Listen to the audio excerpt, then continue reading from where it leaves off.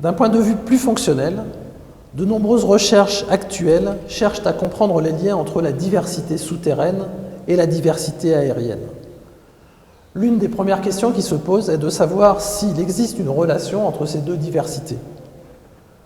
En effet, l'agroécologie s'intéresse entre autres à la diversification végétale, partant de l'hypothèse, là encore en partie fondée, qu'une plus grande diversité de plantes ou de variétés va améliorer le fonctionnement du système. Ces pratiques proviennent d'études écologiques sur ces relations biodiversité végétale, fonctionnement de l'écosystème. Pourtant, nombre de ces études écologiques ont été menées dans un cadre expérimental où les organismes du sol sont absents ou, en tout cas, pas pris en compte.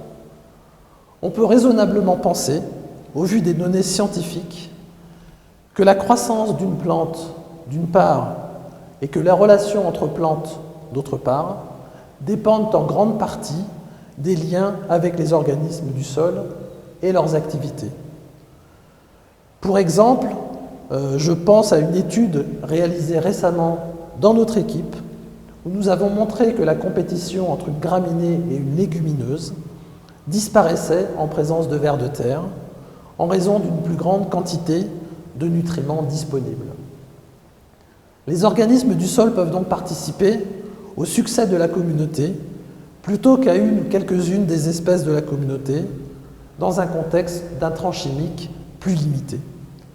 Il paraît donc nécessaire qu'agronomes et écologues du sol prennent en compte ces interactions entre diversité aérienne et diversité souterraine pour mieux comprendre le fonctionnement du système sol-plante.